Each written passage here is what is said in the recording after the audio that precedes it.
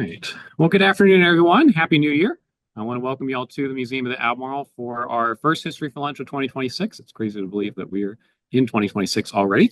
If you haven't yet, we do have our new program calendar out that runs through April. There's some at the front desk and the little table as y'all leave behind the auditorium. So be sure to pick one up. We got a lot of great programs coming up for the first 4 months of the year. Before we get started, just a couple quick announcements. For those of you all here in the auditorium, just remember to silence your cell phones. And for those of you all on Zoom, please mute your microphone and use the chat for your questions. We'll have our usual Q&A session at the end of the lecture. Now, a reminder that the next History for Lunch is scheduled for Wednesday, January 21st at noon, featuring author Eric Medlin. He's going to discuss his newest book, Sawdust in Your Pockets, A History of the North Carolina Furniture Industry. So this will kind of coincide with our Crafted from Wood exhibit upstairs. Furniture is one of the three foundational industries of modern North Carolina, and Mr. Medlin will delve into the history of this influential institution and discuss the people, companies, and social trends that made furniture what it is today. So we hope that you'll join us for his presentation as well as the book signing on January 21st. Now, today we welcome Mr. Marvin Tupper Jones of the Chowan Discovery Group to discuss the genealogy methods that he used to learn about his numerous ancestors and ancestral neighbors who served in the Civil War and their role in ending slavery. So please join me in welcoming our guest speaker. Good afternoon. I wish I could be with you in Northeastern North Carolina, but I am elsewhere. And I'll go ahead and start my, let's see, the share button. Okay, here's share. And I'll bring up my, and as always, all right.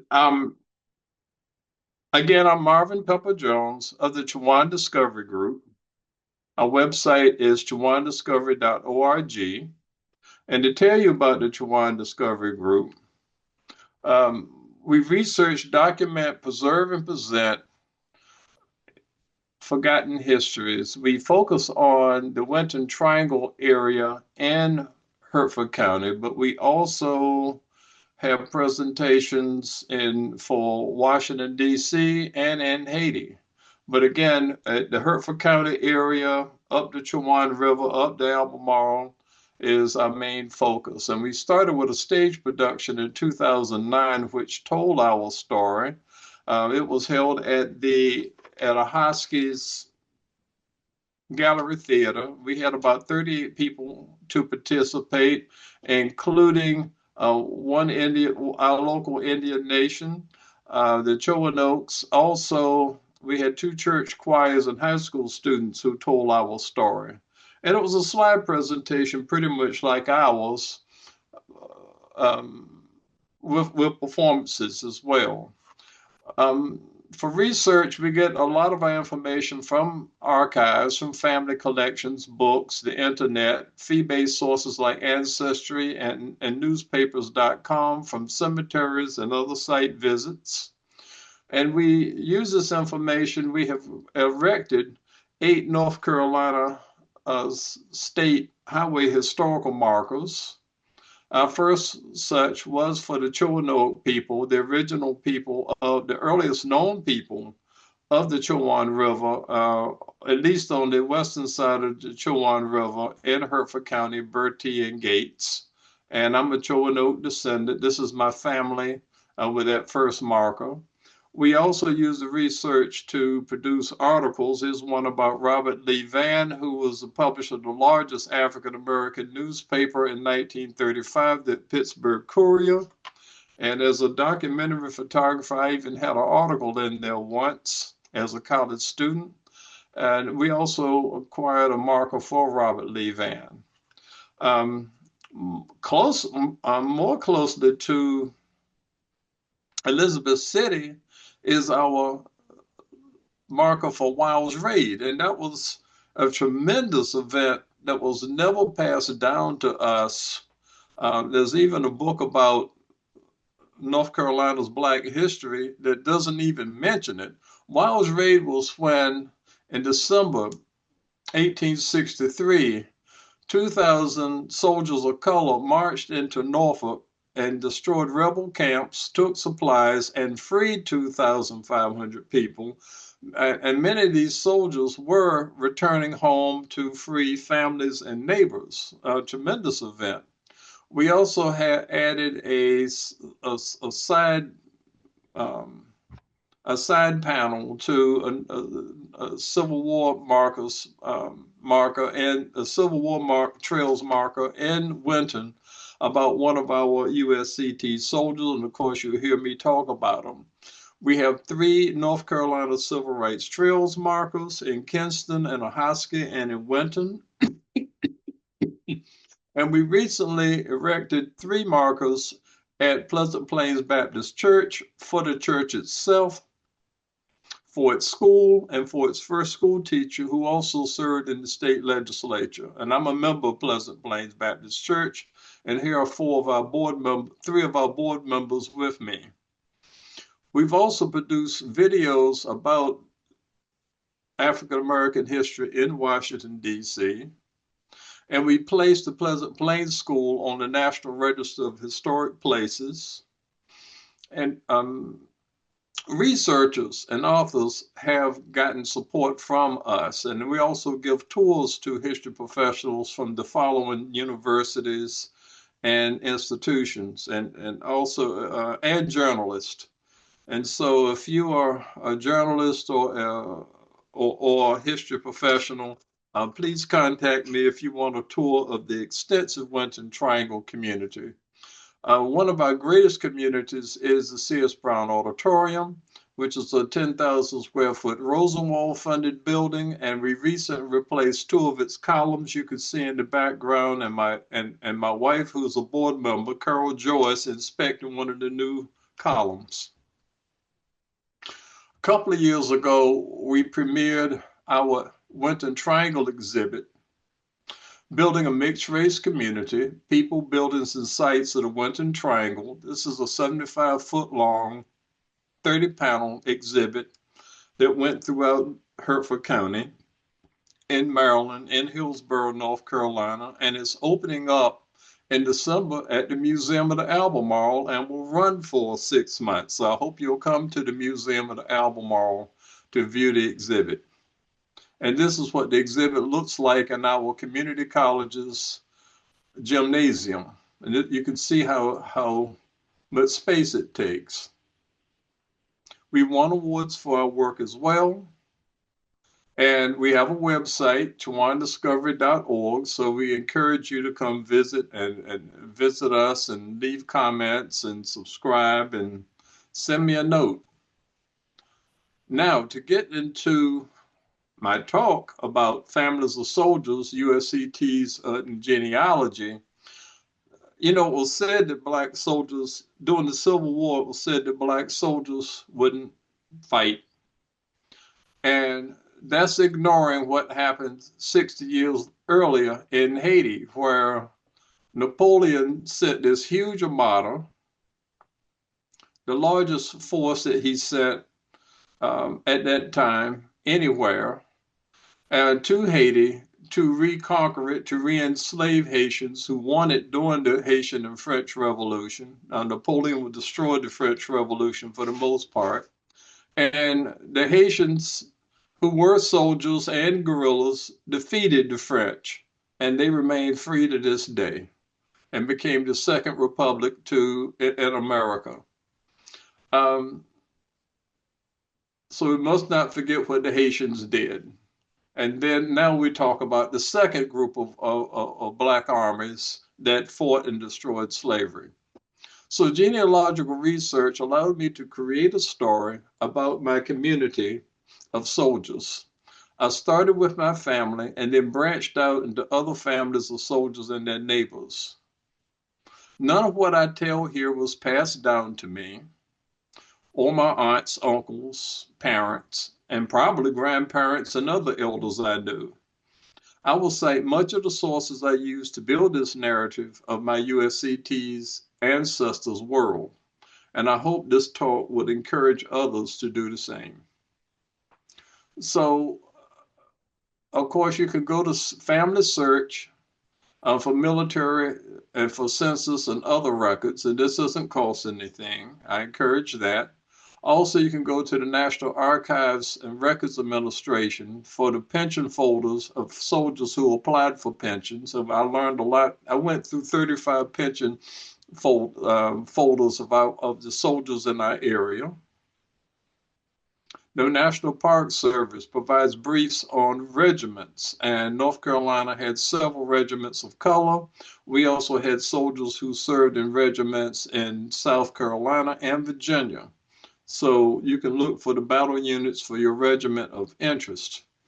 Also, the Afro-American Historical and Genealogical Society has over 30 chapters nationwide, and there are at least 8 AUGS chapters in the DC, Maryland, and Virginia area, and there are also about 4 or 5 chapters in North Carolina. So you can go to their website and find a chapter in North Carolina and in Virginia. Since Elizabeth City is so close to Virginia, Hampton Roads has a chapter.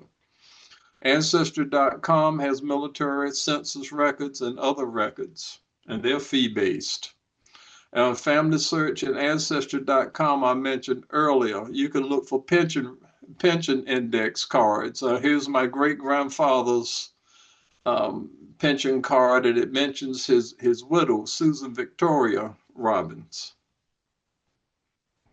And also, you see 34th, his regiment. And so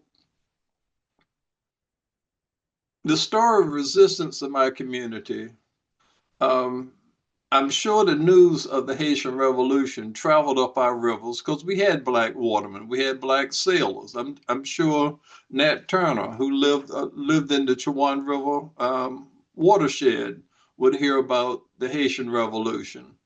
And so it, and of course, oppression inspired him to start a rebellion in 1831 in Southampton County, which is just across the border from Gates County and Northampton County and Hertford County.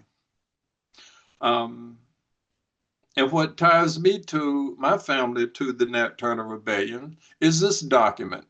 My great-great-grandfather, Noah Robbins Sr., had this document. It's still in the family. I'm the 6th member of the Robbins family to possess this document. And the document says, Noah Robbins, a man of color, hath made application to this court to grant him a certificate certifying that he is a free man and a native of this county. And in proofs being rendered to that effect, it was then and there ordered that the clerk of said court should give to said Noah Robbins a certificate certifying that he is a free man of color and a native of said county, as entitled to all rights and privileges of free persons of color. Given under my hand and seal of office the 25th August of 1831. This is 4 days after the Nat Turner Rebellion. Noah Robbins Sr. needed this document because there was a huge backlash. Innocent black people were being killed, whether they were free or enslaved. And he needed this to prove that he was a free person and that he was a resident of his neighborhood in Gates County. Again, going back to what I didn't know, what wasn't passed down.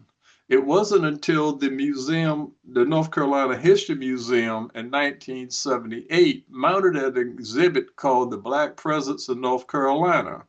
And it was when this exhibit was being produced, my family was contacted, my mother was contacted about one outstanding United States colored troop soldier, Parker David Robbins. And my grandfather had the same name because my great-grandfather named his first son after his illustrious cousin, Parker David Robbins. And that's what I already knew about my grandfather. I was surprised that there was an earlier Parker David Robbins. And so I learned a little bit more about the family from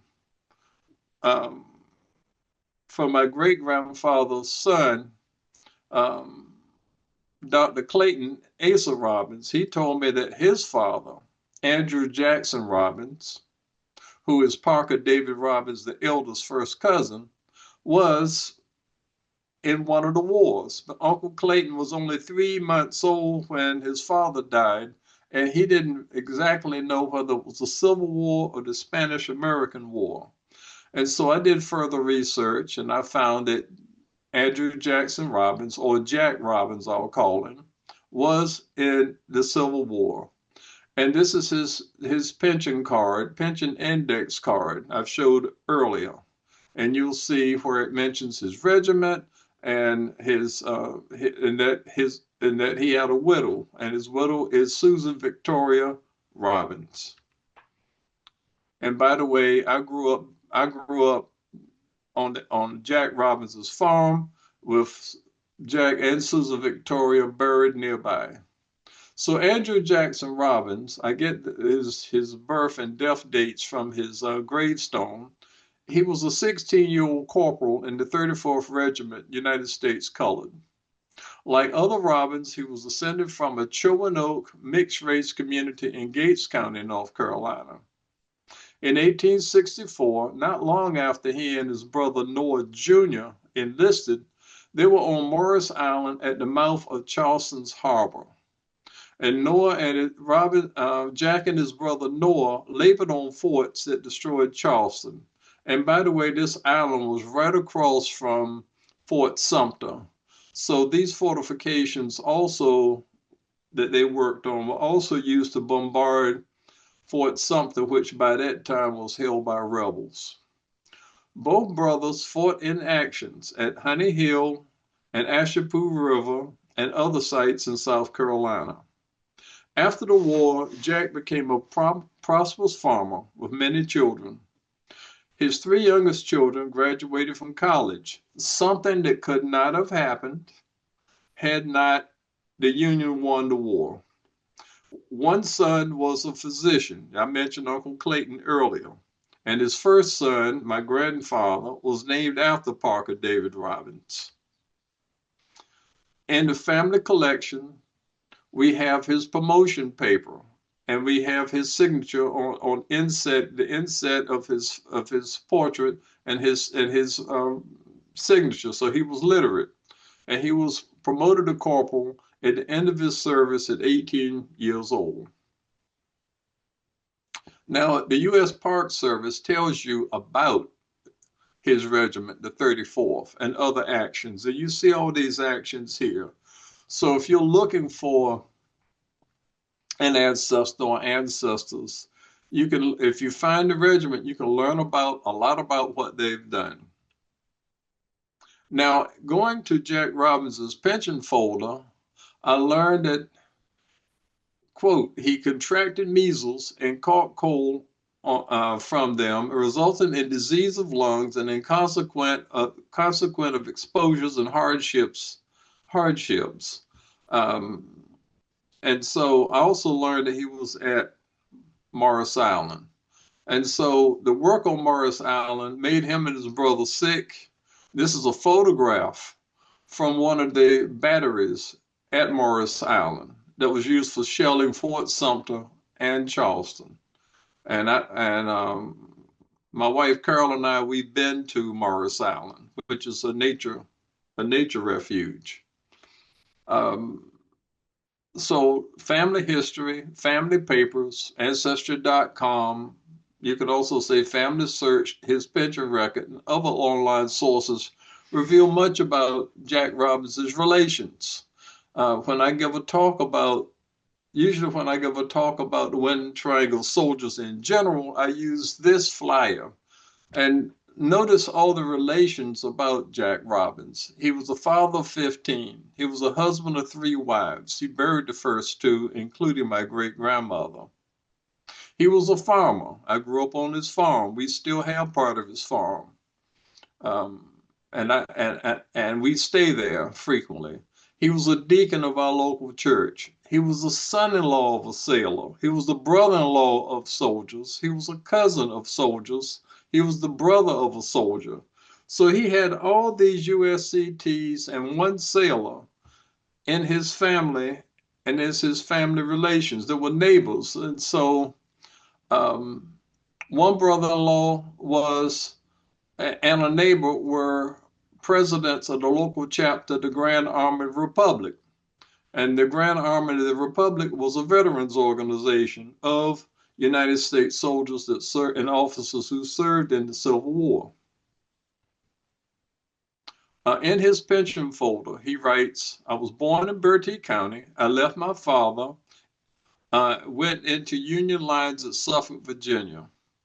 And so this indicates that Noah Sr., who was born in 1800, was still living in 1864. That's the last I hear of Noah Sr. And this is 33 years after the Nat Turner Rebellion. We go below. Noah Jr., Jack's older brother, served with him in the 34th, and he also had a pension folder. He was 3 years old during the Turner Rebellion. So with the great backlash from that, Noah Sr. had to worry about his wife and his 3-year-old son. Jack Robin's pension record gives details about my mystery great grandmother, Harriet Hayes, his first wife. I was told nothing about my great grandmother, Harriet Hayes Robbins. And so a neighbor testifies in Jack's pension that he was his first wife, and this man also helped bury her, that she died in September of 1881. This is a few months after delivering her sixth child in 13 years of marriage. And this man had dug her grave and helped carry her to the grave. And so that's the most information I have. That's the most information I have about my great grandmother. You had other soldiers who were testifying for each other, and you had the Collins brothers, who were brothers-in-law of Parker Robbins. And so they're testifying for Jack for his pension, and they're supporting his pension application, which he did receive payment. Noah Sr.'s nephew, Parker Robbins, who I mentioned earlier, was a sergeant major. He was the highest ranking soldier of color from North Carolina. He was in the 2nd Regiment. He was from the same community as Jack. And his regiment fought from Suffolk to Richmond until the end of the war. Afterwards, he served in Texas at the time of Juneteenth as a check against remaining rebels and France's meddling in Mexico. So he was a Juneteenth soldier. After the war, Parker was a state legislator. He was a postmaster. He was a holder of 2 U.S. patents, a sawmill owner, a house builder, a steamship builder, and owner. All of this comes out in newspaper articles and census records and his pension folder. And there is a North Carolina highway historical marker that I applied for and got accepted, dedicated to Parker David Robbins. And then there were Parker's in-laws, his brother Simon and John Collins, who served in the 14th Heavy. Parker married their sister before the war.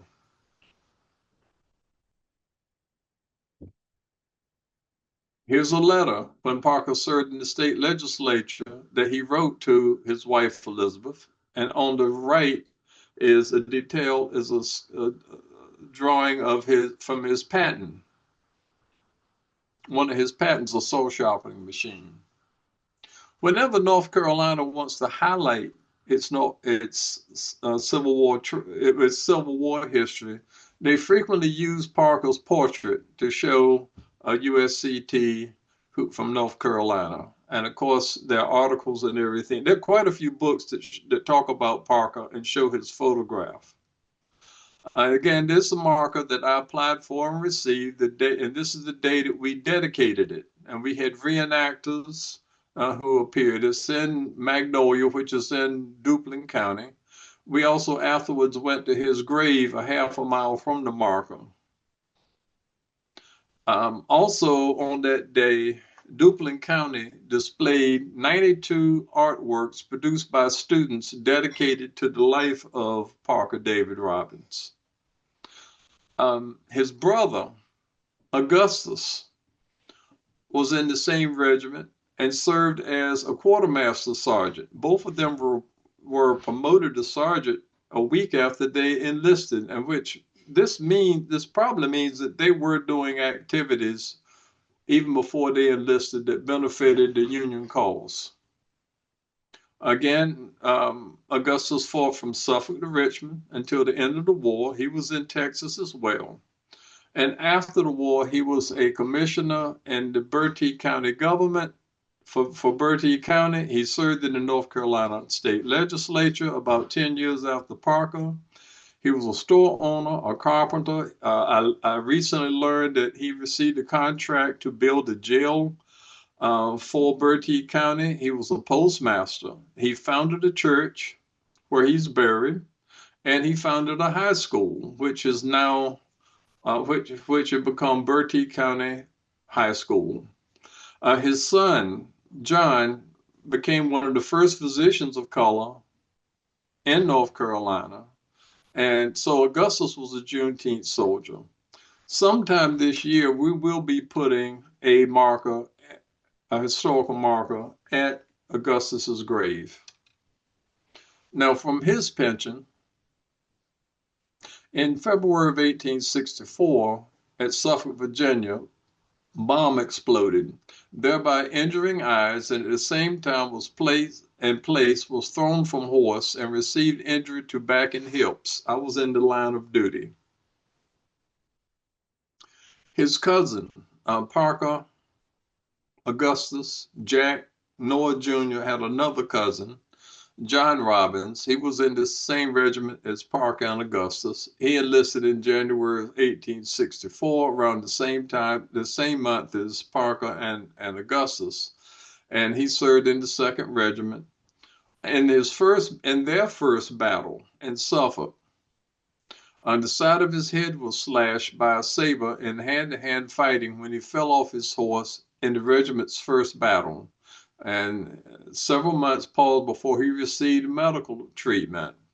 Civil War medicine was way behind, but Civil War medicine in general took a great leap after the war because of the war, in response to all the injuries and illnesses in the war.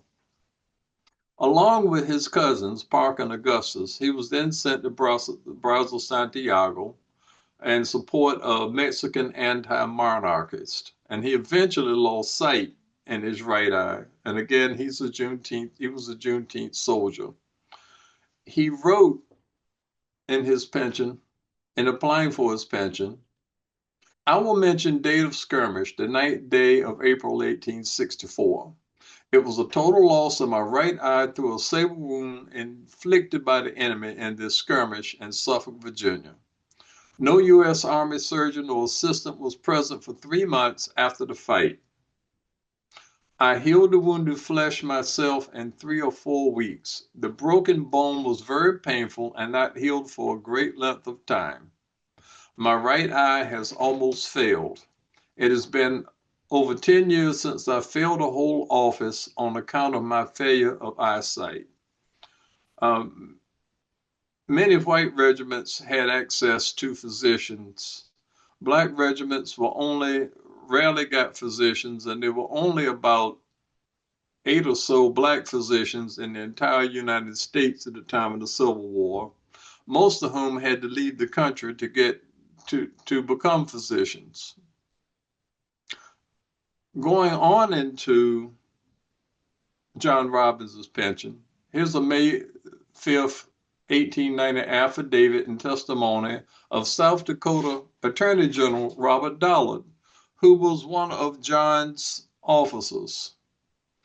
Quote, John H. Robbins was wounded. He remembers distinctly the remarkable escape from death of said Robbins in the struggle where he was wounded, that he was struck on the head by his assailant in a hand-to-hand conflict in which we were all engaged with a saber, and it was at that time regarded as miraculous that he was not killed thereby.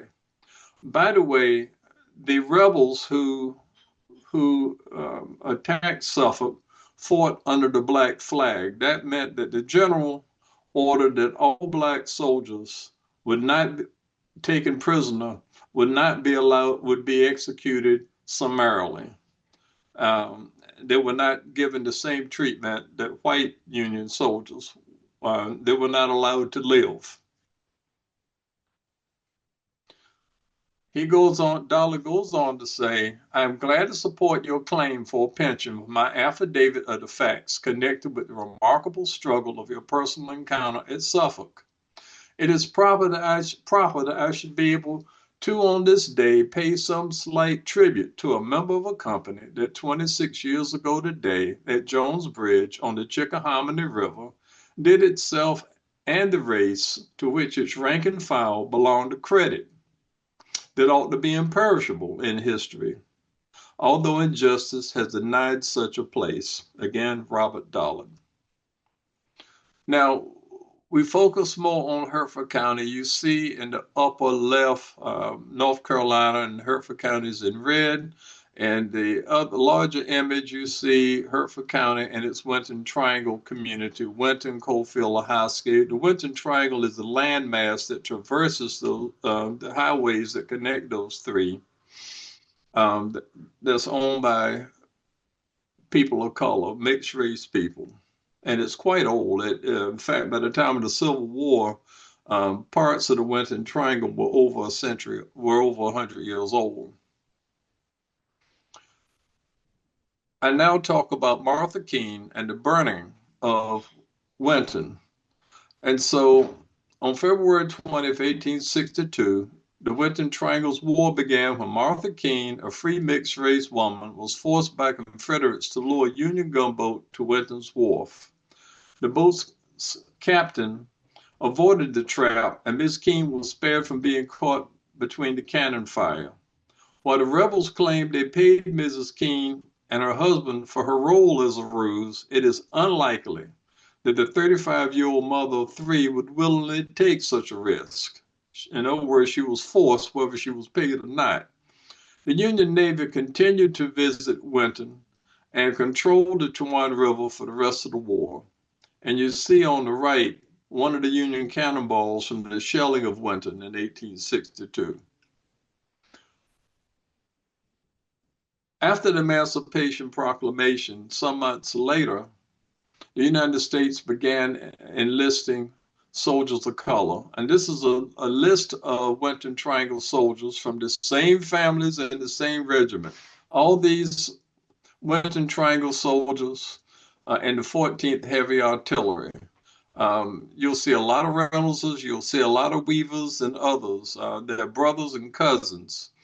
Joshua Keene, who was a brother-in-law of Martha Keene, as well as the brother-in-law to my Jones great-great-grandfather, was a Weaver cousin. He also was in the 14th Heavy Artillery. Repeat. To focus further, you had the Weaver family of soldiers in the 14th Heavy.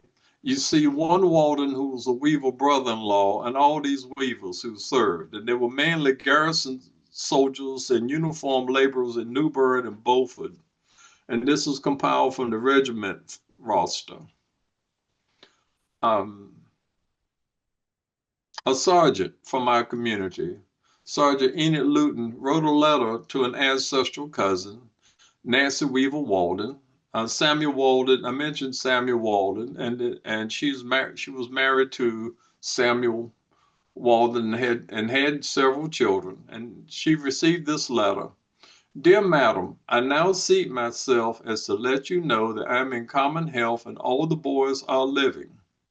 Richard R. Weaver, her cousin, are dead, and your husband Samuel Walden also. He lived about a month after he got to the regiment. He died with the typhoid dysentery. He requested that I should write you. And this is from Samuel Walden's pension folder that Nancy initiated. This is her photograph.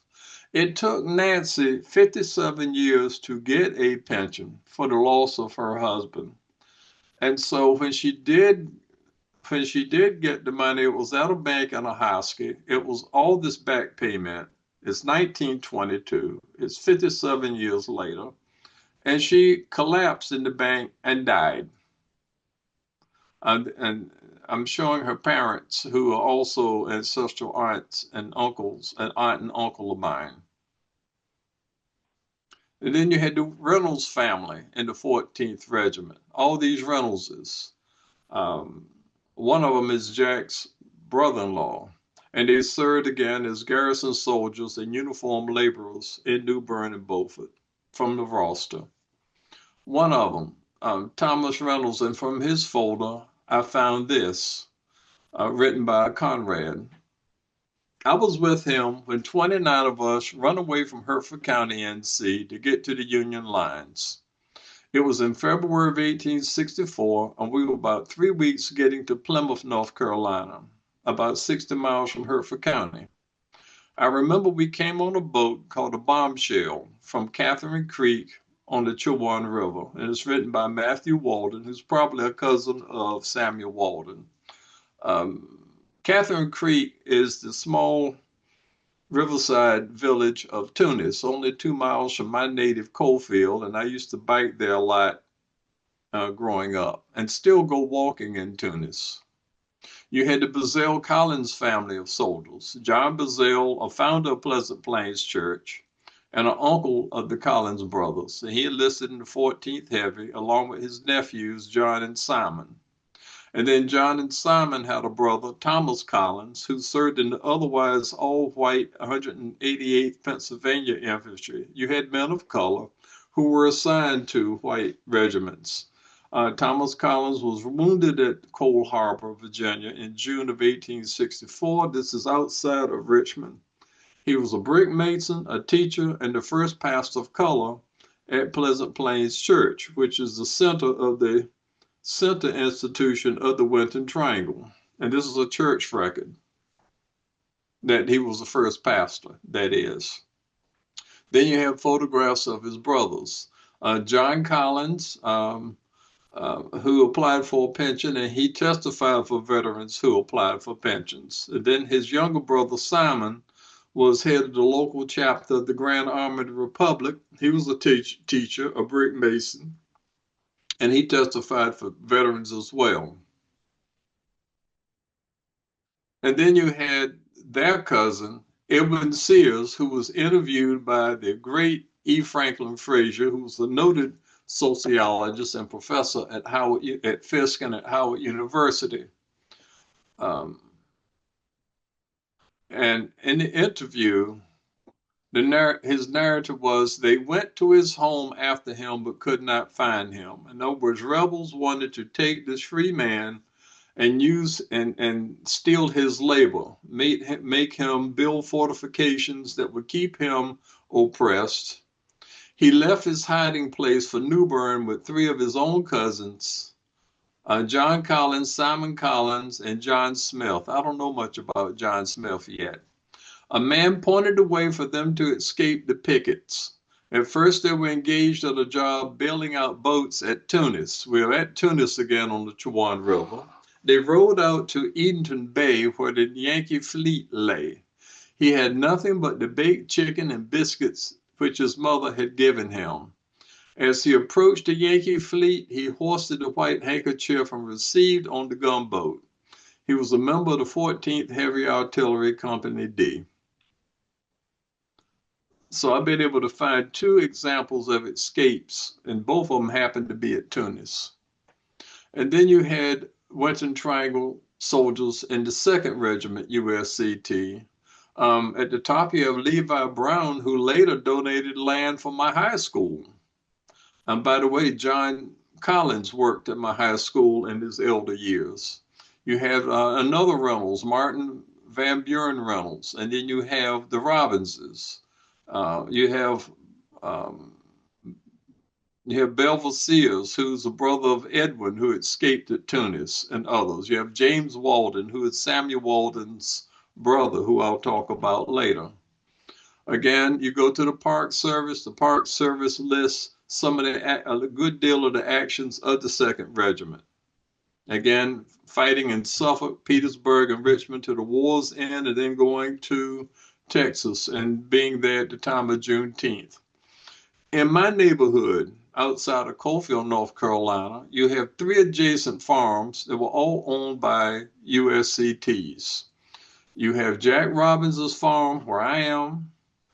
You have Martin Van Buren Reynolds, his brother-in-law, whose farm is next to Jack's, and this is the tombstone of his and his wife Georgia. And then beyond and behind this tombstone is James Walden's farm.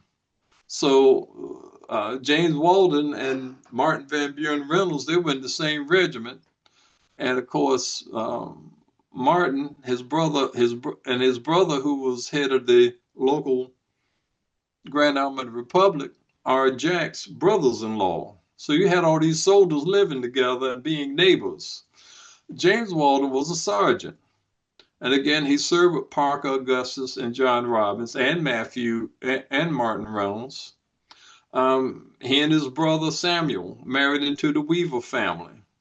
And he co-founded 2 schools, including our community school, and was a Grand Army of the Republic chapter president, just like Martin's brother, Andrew Jackson Reynolds. Martin Reynolds' brother, Andrew Jackson Reynolds. For 7 years, one of James Walden's daughters was reared and educated by John T. Reynolds and his wife, Lydia Warwick Reynolds, both Freedmen's Bureau teachers. And by the way, also later this year, I'm getting a marker for Lydia Warwick Reynolds. She was our first accredited teacher and had been accredited by a missionary association, and she taught at Roanoke Island Freedmen's Colony either during or certainly after the war. Again, down the road from our farm, there's an obelisk for James and Millie Walden. And I believe because James Walden had a physician son-in-law who's also related to me, I think he made it possible for his in-laws to have this 8-foot-high obelisk. A hurricane knocked over a tree and knocked it down, broke the steeple. And these are some cousins of my family members.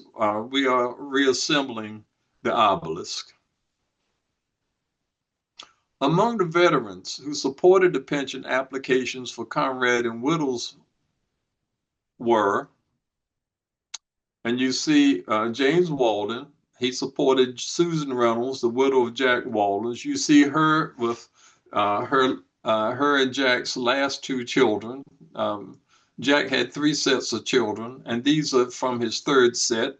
My dear Uncle Charlie on the right, and my dear Uncle Clayton, Dr. Clayton Robbins, on the left, and Dr. Clayton Robbins on the right.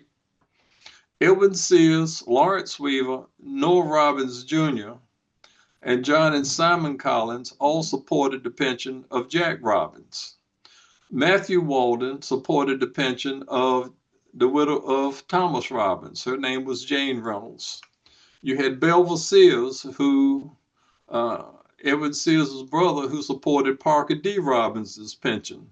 And then you had Jack Robbins himself, who supported his brother-in-law's pension application, and that's Andrew Jackson Reynolds. The story I just told extends in the Reconstruction era and beyond. Millions today are descended from men and women who destroyed slavery, expanded freedoms, and kept our country whole. Having made all these connections with the sources I include here, I ask you to build and expand your own family and community narratives of victory, for it strengthens us. And so you see on the right, this is the detail from a monument in Little Hertford. That's what we call Hertford, North Carolina. In Hertford County, we call it Little Hertford, which is in a different county. Women erected this sizable obelisk memorial to the colored Union soldiers who fought in the war. And so there are other memorials as well. And again, you can go to ancestry.com. Again, here's the pension index card for Jack Robbins. And it must be remembered, in putting together this story, I recently had a revelation. And that's what this research can do for you. And it's done that for me. I look at Noah Robbins's certificate certifying that he's free. I looked at his son, Andrew Jackson's pension folder, talking about the labor at Morris Island while working on forts to destroy Charleston and opposing forts as well. And I realized that Denmark Vesey, who attempted a great slave rebellion in Charleston in 1822, was trying to achieve freedom in 1822. And in Hampton Park in Charleston, there's a statue to Denmark Vesey, or Vesey. 9 years later, Nat Turner tried to achieve the same. And it really hits me that Jack and Noah were in Charleston Harbor trying to achieve not only freedom for themselves and for the enslaved, but also for what Denmark Vesey and Nat Turner wanted as well. Again, to recap, you can go to familysearch.org, and a lot of this information, and this information is free. The Park Service provides free information about regiments. National Archives. A lot of information is online. You can also go to the archives themselves in Washington, D.C., and there are people that will help you and give you advice. You can also join and attend meetings of the local chapters of the Afro-American Historical and Genealogical Society. If you're in Elizabeth City, there's one in Hampton Roads. There are chapters in Raleigh and the Fayetteville area, and Greensboro, and in Charlotte. And so I want to thank you for this opportunity. And I want you to visit Chowan Discovery's website. We have more to come because there's more to discover and there's more to present. So I thank you and I look forward to your questions. All right. Well, thank you so much, Mr. Jones, for that wonderful presentation. We'll go ahead and take some questions. Reminder for those on Zoom to use the chat for your questions. Any questions here in the in-person audience?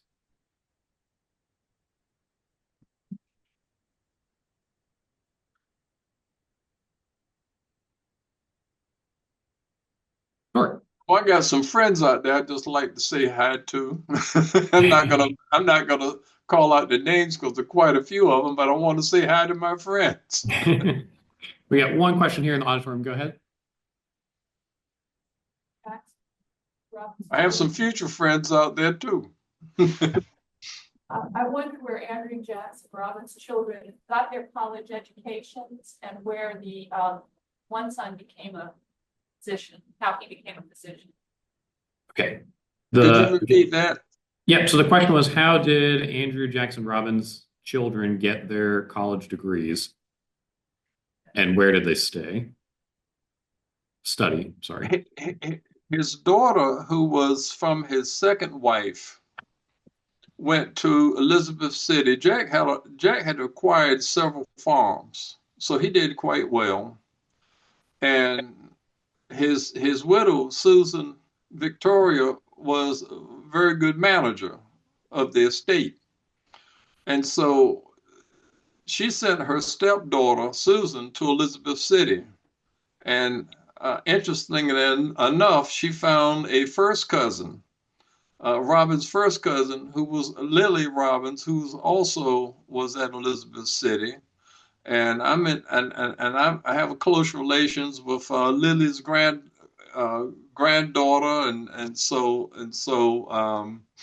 and then Susan Victoria's two sons went to Shaw University. And Uncle Clayton, after he finished Shaw, he went to Howard University Medical College of Medicine. Thank you. Questions on Zoom.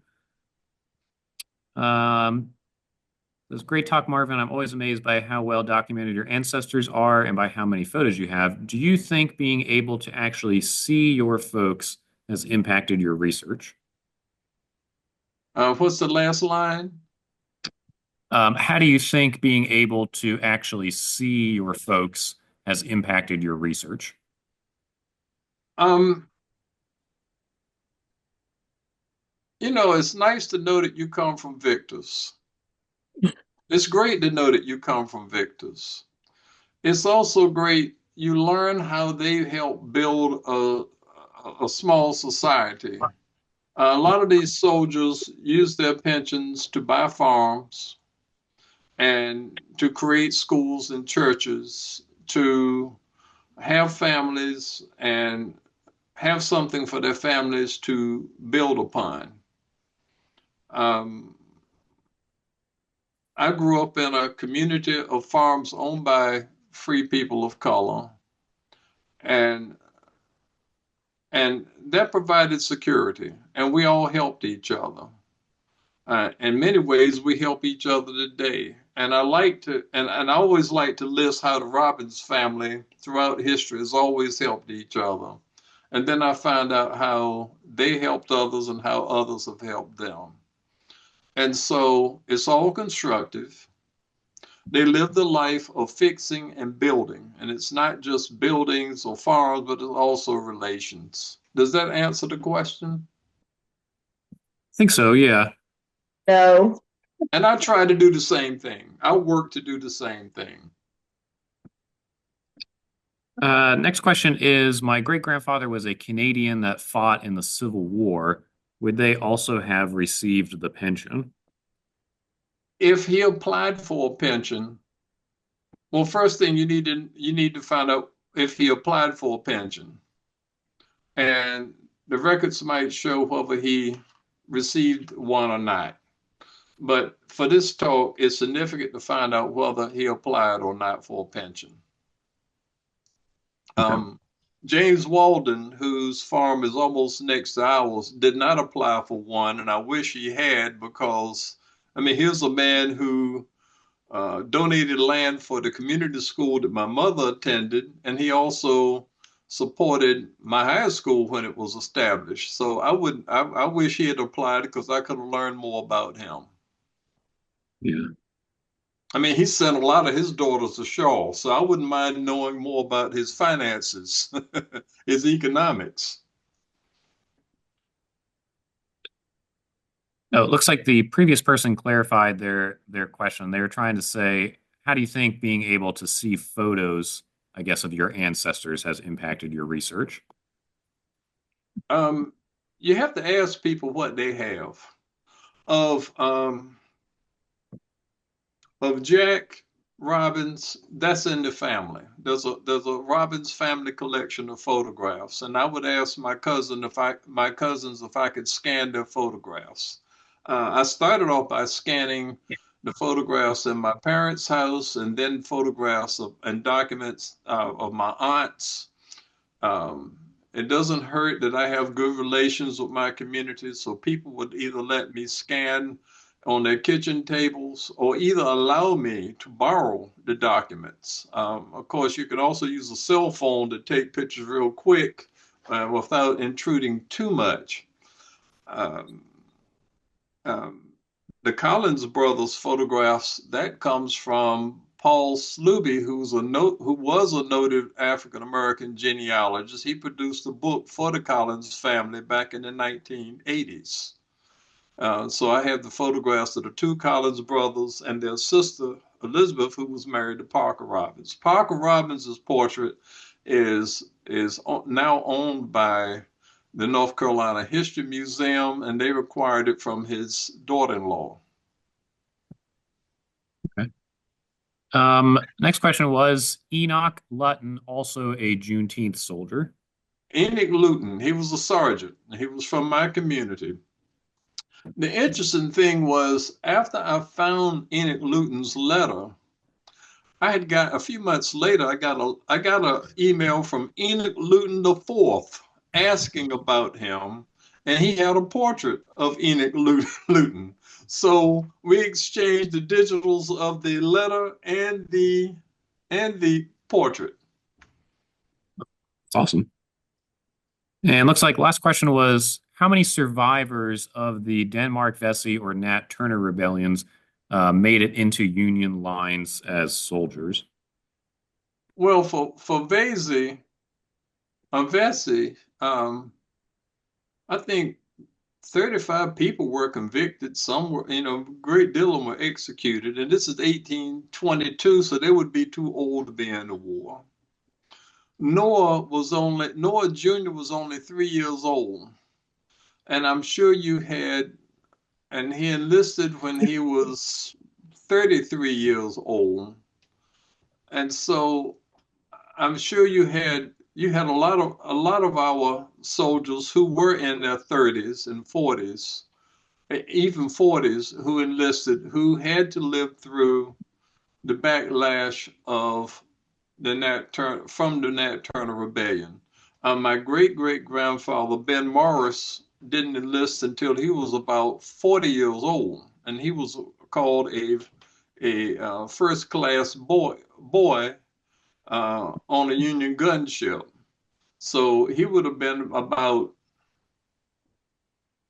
39 years old. Well, he would have been about, let's see, he would have been almost 9, 10 years old during the rebellion. And so you have to realize there were probably several thousand survivors of the Nat Turner Rebellion, because all people of color were in danger of being killed in a lot of counties. Even there's a county north of the James River, several counties away, that they had a school that closed, a white school. It closed because of fear from the rebellion. So the fear extended all across the state into Virginia and everything. However, nobody did anything to make lives better for those who wanted to rebel. They just wanted to make lives worse. Any other questions in the audience? Yep, in the back. Yeah. Sorry if it's a little bit off topic, but I had a question on how you went about getting the history markers for all of these events that you've done research on. So the question is, how did you get the historical markers for all the events that you've researched? Well, a curator friend of mine, Earl Imes, who everybody at the Museum of Albemarle knows. If you don't know him, shame on you. Earl suggested I start applying for markers around 2008, I guess, 2007. So I went online to the North Carolina Cultural Resources website for highway historical markers, and I followed their instructions for applying. And I felt at the time there were people and sites and events that were what I call slam dunks. The Chowan people, how could you not have a marker for people that the English met a year before the Lost Colony? And they were the largest indigenous group in eastern North Carolina in 1586. How could you not have a marker for them? I call that a slam dunk. Parker Robbins is a slam dunk. And because he did so much, how can you not have a marker for a prominent USCT? Robert Lee Vann, who had a national newspaper as well. Other markers I had more trouble with. I wanted to apply for a marker for our fairgrounds, which is created by my community, but North Carolina doesn't accept marker nominations for country fairs. In fact, my marker didn't get past the front desk. There's a panel that approves these. However, the front desk did say, why don't you apply for one for the North Carolina Colored State Fair? That was a state fair, and that did exist until 1930. So I applied for that. The front desk also suggested I apply for one for Wiles Raid. That was another slam dunk. How could you not ignore the first action of soldiers of color entering North Carolina to free 2,500 people? And so I'm just talking about the state markers. Then there's the William G. Pomeroy Foundation of Syracuse, New York. I learned about them, and their website has instructions. And I've been getting a lot of, by this year, I will have gotten 8 markers from them. They also fund the North Carolina Civil Rights Trails markers, but you apply to the North Carolina African American Heritage Commission for those markers. And I only expected to get 1, but then opportunities to apply for 2 more kept rising.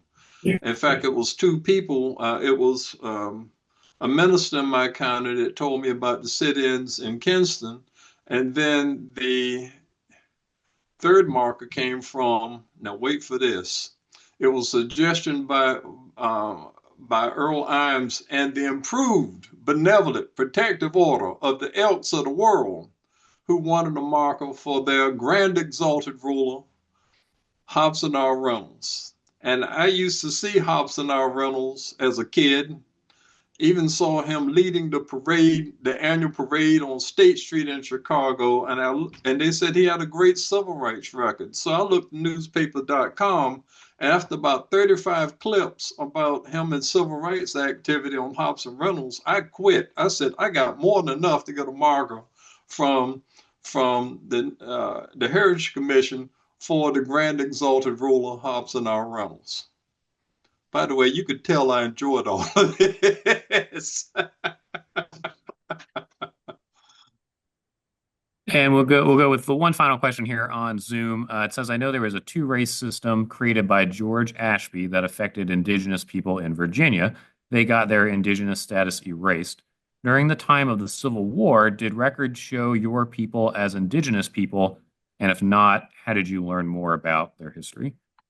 The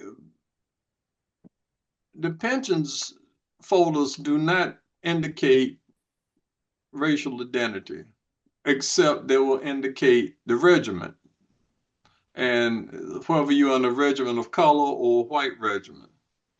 The census records at that time would say white, mulatto, black, and later on, some census they dismissed. They no longer use the term black, mulatto. They would just say white and black. We've had a few people that show up in the census later on with I instead of W or B, and the I meaning Indian. But in my area, in my research area, it has not been. There might be one case of someone who shows up in one of their census records as Indian. And so that makes it difficult sometimes to establish how a person self-identifies. Wonderful. All right. Well, Mr. Jones, thank you again so much for coming out today. Thank you all in the audience and on Zoom for joining us. Hope that y'all have a happy new year and hope to see you back for the next thing. Yes. One last thing. In September, the Winton Triangle exhibit, Building a Mixed Race Community, People, Buildings, and Sites of the Winton Triangle will open up at the Museum of the Albemarle and will run for 6 months. Yes. Yeah, we're very excited to get that exhibit. And we hope that y'all will come out and check that out in September. All right. Well, thank you all so much for coming. And thank you. And thank you all for coming. Yes, thank you. Call me later. I'll be glad to hear from all of y'all. Okay, bye. See ya. Thank you.